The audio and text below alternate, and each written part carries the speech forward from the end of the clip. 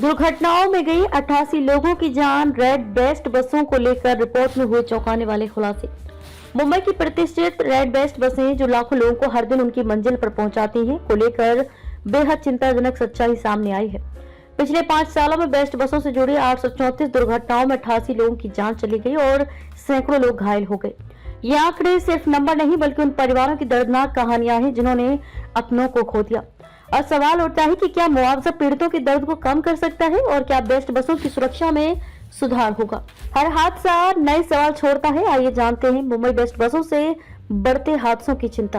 पिछले 5 सालों में बेस्ट बसों से जुड़े 834 हादसों में 88 लोगों की मौत हुई और कई लोग घायल हुए। आरटीआई कार्यकर्ता अनिल गलगली द्वारा प्राप्त जानकारी के अनुसार Brihan Mumbai electric supply and transport best उपक्रम ने पीड़ितों और उनके परिवारों को मुआवजे के रूप में 42 करोड़ 40 लाख रुपए का भुगतान किया है।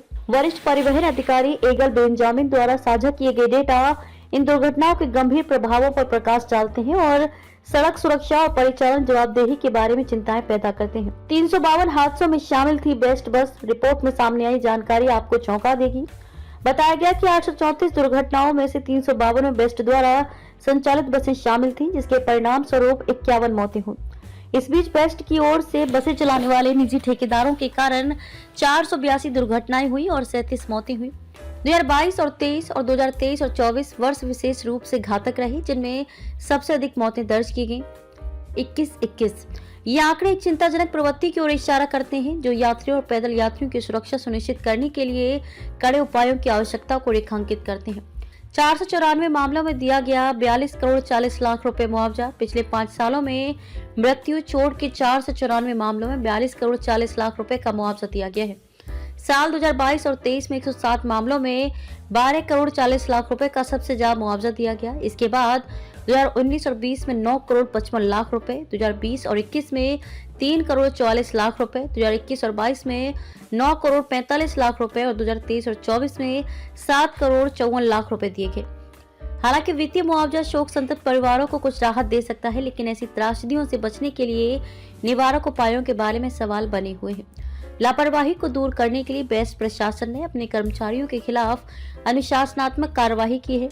पिछले 5 वर्षों में घातक दुर्घटनाओं के संबंध में 12 कर्मचारियों को बर्खास्त किया गया है, जबकि 2 को चोटों से जुड़े मामलों में बर्खास्त किया गया है। इसके अतिरिक्त व्यक्तिगत चोट के मामलों में 24 कर्मचारियों को निलंबित किया गया। अन्य दंडात्मक उपायों में चेतावनी जारी करना, हर्जाना वसूलना और पदावनत करना शामिल है। मुंबई करों के जीवन का हिस्सा है बेस्ट बस। कई मुंबई करों के लिए बेस्ट बसें सिर्फ परिवहन का साधन नहीं है बल्कि उनके दैनिक जीवन का एक अहम हिस्सा है। हालांकि दुर्घटनाएं इस सार्वजनिक सेवा के एक काले पहलू को उजागर करती हैं, जहां परिचालन संबंधी चुनौतियां, ड्राइवर की थकान और भीड़ भाड़ वाली सड़कें अक्सर दुखद परिणाम देती हैं। गलगली कहते हैं कि ये सिर्फ मुआवजे की बात नहीं है, हर दुर्घटना जीवन की सुरक्षा में विफलता को दर्शाती है। वे बेस्ट प्रशासन द्वारा ड्राइवरों के लिए बेहतर प्रशिक्षण, सुरक्षा प्रोटोकॉल का सख्ती से पालन और बसों के नियमित रखरखाव सहित एक सक्रिय दृष्टिकोण अपनाने की आवश्यकता पर जोर देते हैं। ये आंकड़े बेस्ट के लिए चेतावनी है। ये एक ऐसी सेवा है जो मुंबई के लचीलापन और कनेक्टिविटी का प्रतीक है। चूंकि शहर बढ़ते यातायात और भीड़ भाड़ से जूझ रहा है, इसलिए यात्रियों और पैदल चलने वालों की सुरक्षा सुनिश्चित करना सर्वोच्च प्राथमिकता होनी चाहिए।